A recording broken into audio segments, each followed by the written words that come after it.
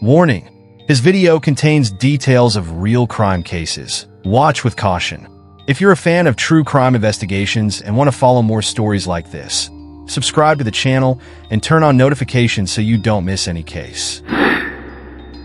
In the affluent suburbs of Westchester County, New York, Ethan Blackwood and his wife Savannah seemed to embody the American dream. At 45, Ethan was a rising star at a prestigious Wall Street investment firm, while Savannah, 42, had made a name for herself as the curator of a trendy Manhattan art gallery. Their life appeared flawless from the outside. A sprawling colonial mansion nestled in a gated community, luxury cars parked in the driveway, and two precocious children, Zoe, 12, and Miles, 9. The Blackwood story began like many others, a chance encounter at an Ivy League university.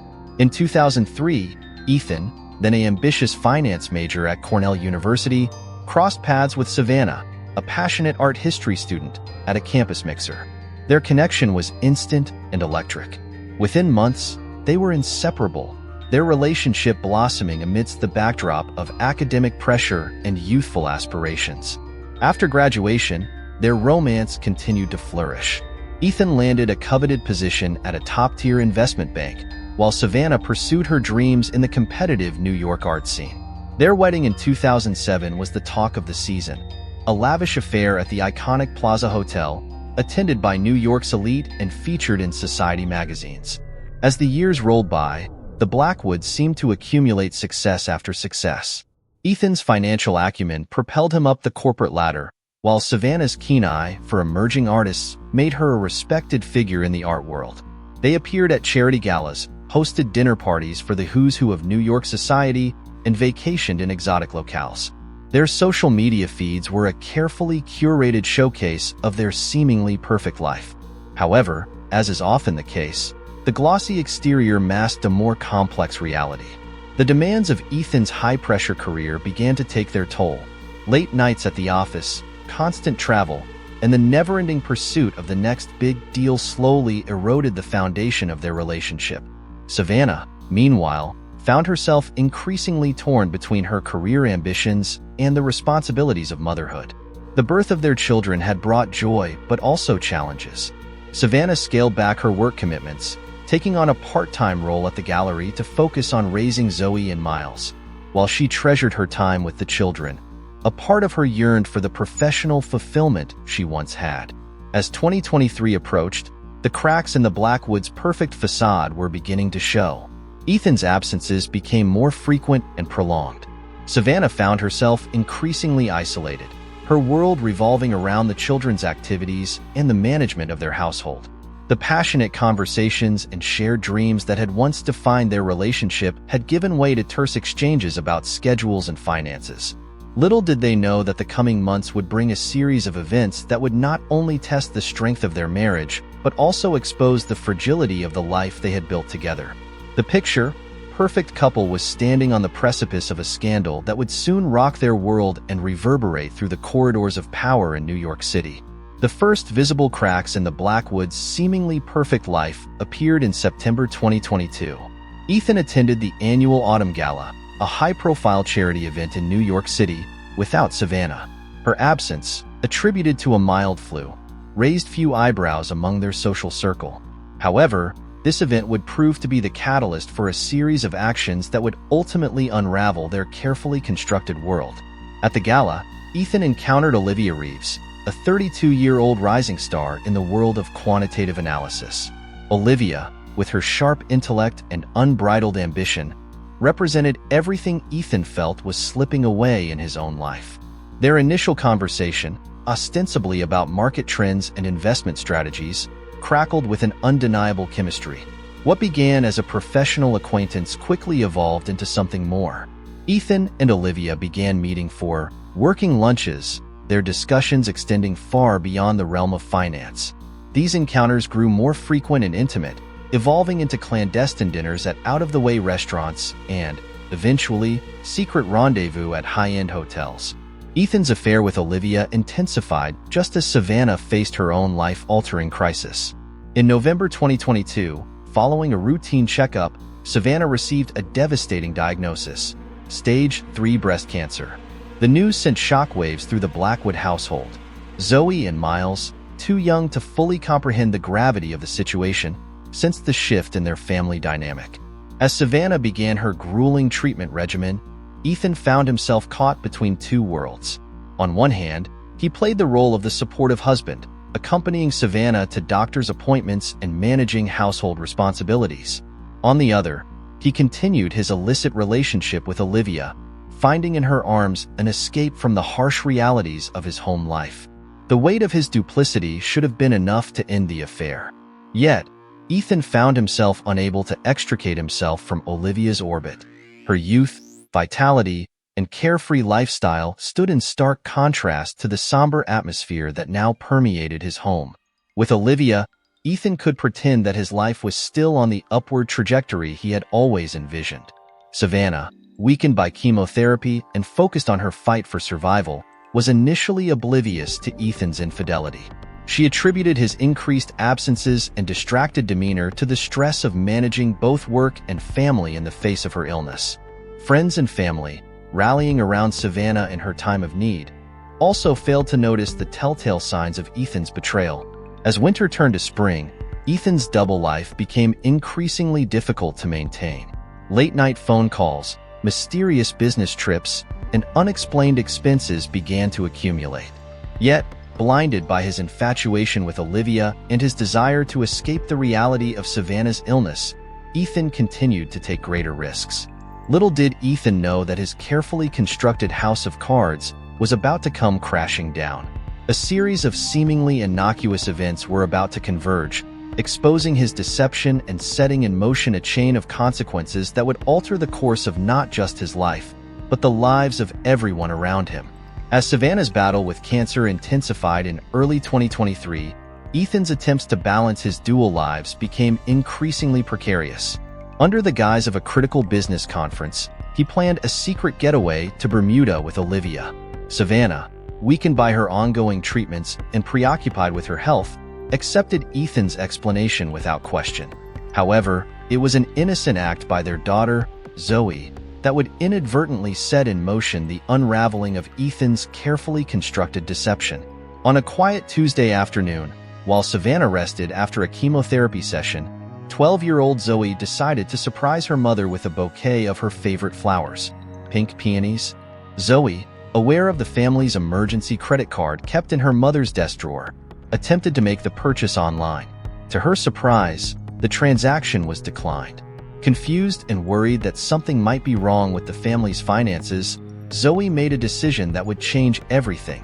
She called the credit card company, innocently posing as her mother. The customer service representative, unaware of the young girl's true identity, provided Zoe with a startling piece of information.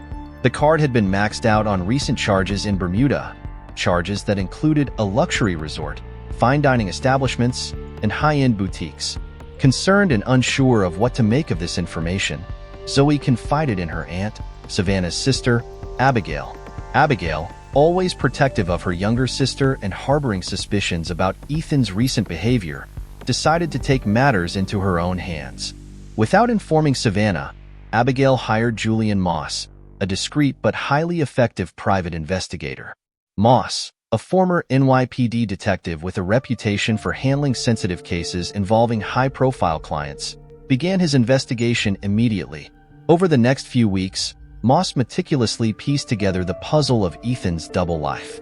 He uncovered a trail of evidence that painted a damning picture: credit card statements showing lavish expenses for two, hotel surveillance footage capturing Ethan and Olivia in intimate moments, and time-stamped photographs from various locations that directly contradicted Ethan's supposed business trips. But perhaps the most damaging evidence came from Ethan's own digital footprint. Moss, employing sophisticated but legal methods, gained access to Ethan's secondary email account. The contents were explosive: passionate exchanges with Olivia, plans for future rendezvous, and even discussions about a potential future together.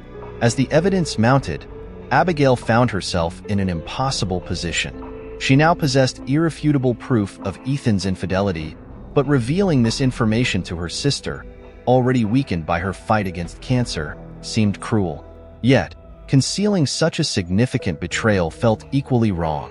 After much internal debate, Abigail decided to confide in Dr. Elena Rodriguez, Savannah's oncologist and trusted confidant. Dr. Rodriguez, concerned about the potential impact of such shocking news on Savannah's recovery, advised a measured approach. Together, Abigail and Dr. Rodriguez formulated a plan to disclose the information to Savannah gradually, ensuring that her physical and emotional well-being remained the top priority. They were acutely aware that the revelation of Ethan's betrayal could have profound implications not just for the Blackwood family, but potentially for Savannah's very survival. As Ethan's Bermuda trip drew to a close, he remained blissfully unaware that his carefully constructed facade was about to crumble. The stage was set for a confrontation that would send shockwaves through their lives and reverberate through their social circles. Ethan's return from Bermuda marked a pivotal moment in the Blackwood saga. As he stepped into their Westchester home, the atmosphere was palpably different. Savannah, despite her weakened state, stood in the living room, her face a mask of calm determination. Beside her stood Abigail, whose presence immediately put Ethan on edge. What followed was a confrontation that would alter the course of their lives forever. Savannah, with a quiet strength that belied her physical condition, presented Ethan with the evidence of his betrayal. Photographs, email printouts, and financial statements were laid out on the coffee table, a damning chronicle of his infidelity. Ethan's initial attempts at denial crumbled in the face of such overwhelming evidence. As the reality of his exposed duplicity sank in, he watched helplessly as the life he had known began to disintegrate before his eyes. But Savannah wasn't finished. In a move that stunned Ethan, she revealed that she had taken control of their financial future. Using the power of attorney Ethan had granted her years ago, a precautionary measure they had taken when their children were born, Savannah had acted swiftly and decisively. She had liquidated their joint assets, transferring a significant portion into accounts solely in her name and trust for their children. This financial maneuver, executed with the help of their longtime family lawyer, ensured that Savannah and the children would be protected, regardless of the outcome of their marriage. Ethan's world continued to unravel as Savannah calmly informed him that she had also reached out to the managing partners at his firm. Her intent wasn't vengeful. Rather, she felt compelled to protect the firm's reputation and her family's future from any potential fallout from Ethan's actions. This revelation hit Ethan like a physical blow. He realized that his professional life was now also in jeopardy. The firm, already on high alert due to recent regulatory scrutiny, would undoubtedly launch an internal investigation into his activities. As if on cue, Ethan's phone buzzed with an urgent message from his office. The firm's compliance department was requesting an immediate meeting. The timing suggested that Savannah's disclosure had already set wheels in motion at his workplace. In a matter of hours, Ethan had gone from a man living a double life to a man whose entire existence was laid bare and found wanting. The carefully constructed facade of success and family bliss had crumbled, revealing the rot that had been eating away at its foundation. Savannah, her voice steady but laced with undeniable pain, asked Ethan to leave the house. She explained that while they would eventually need to discuss the practicalities of their separation, she needed time and space to focus on her health and the well-being of their children. As Ethan stumbled out of the house, suitcase in hand, the magnitude of his actions began to sink in. He had not only betrayed his wife at her most vulnerable moment, but had also jeopardized the future he had worked so hard to build. Meanwhile, in her office in Manhattan, Olivia Reeves received a call that would make her blood run cold.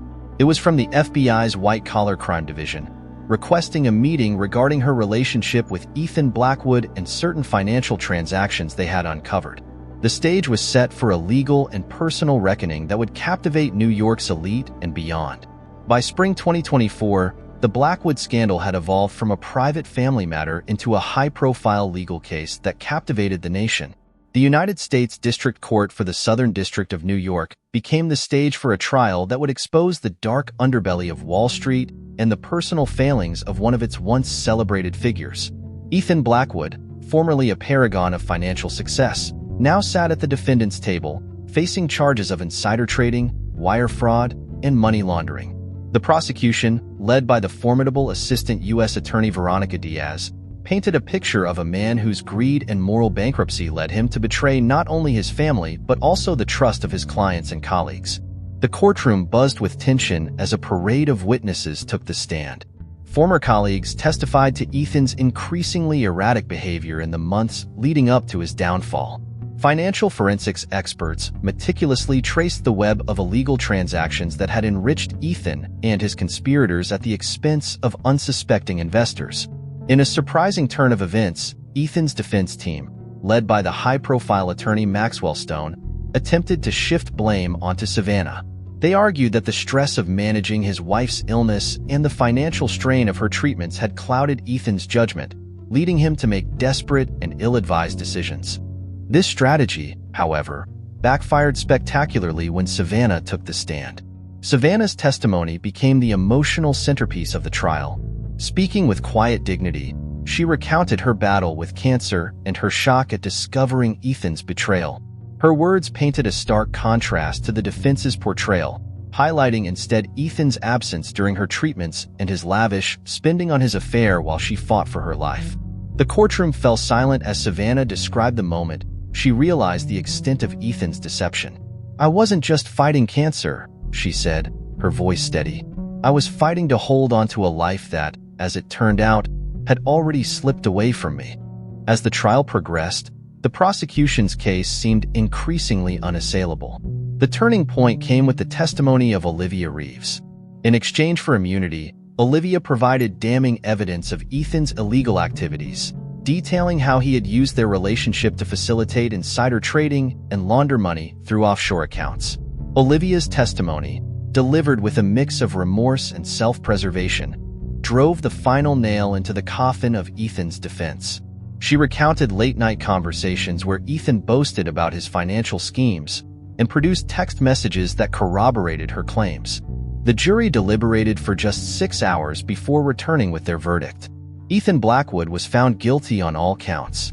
The once towering figure of Wall Street slumped in his chair as the verdict was read, the weight of his actions finally crashing down upon him. Judge Harriet Lansing, known for her no-nonsense approach, delivered a scathing rebuke during the sentencing hearing. She emphasized not only the financial crimes, but also the profound breach of trust Ethan had committed against his family, his colleagues, and the public.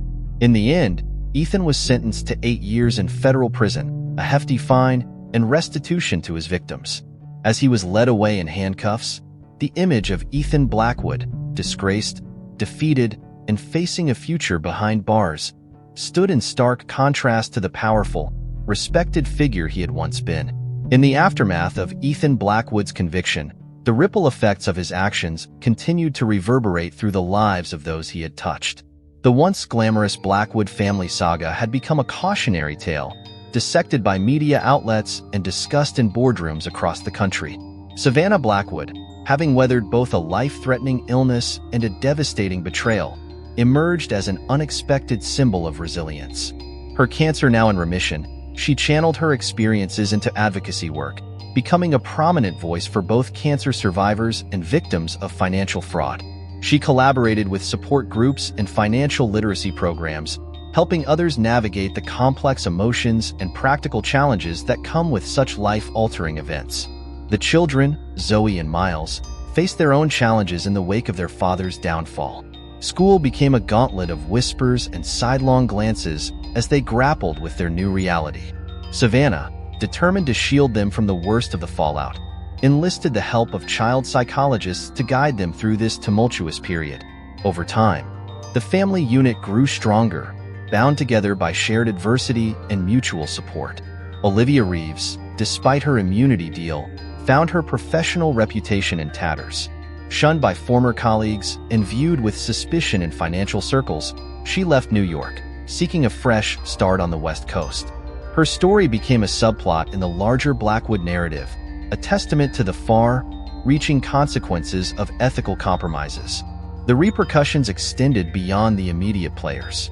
Ethan's firm, once a titan of Wall Street, faced intense scrutiny from regulators and a crisis of confidence from clients. The scandal prompted a broader examination of industry practices, leading to calls for stricter oversight and more robust ethical guidelines in the financial sector. As for Ethan, life behind bars proved to be a harsh adjustment. The man who once moved effortlessly through the upper echelons of society now found himself stripped of status and freedom.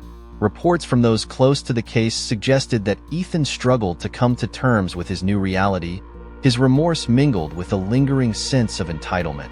In an ironic twist, the Blackwood saga became the subject of numerous books, documentaries, and even a Hollywood film. The story captivated the public imagination, serving as a modern morality tale about the perils of greed and the price of betrayal. 5 years after the trial, Savannah granted a rare interview to a respected journalist. When asked about forgiveness, she paused thoughtfully before responding. "Forgiveness is a journey," she said, "one that I'm still on. What Ethan did was unforgivable, but holding on to that anger was poisoning me. I've chosen to focus on healing for myself and for our children." As the interview concluded, Savannah's final words resonated deeply. "Our story isn't just about one man's fall from grace. It's about the strength we find in ourselves when everything else falls away. It's about rebuilding, not just a life, but trust in ourselves and in others." The Blackwood name will always carry this history, but it's up to us to decide what it means going forward.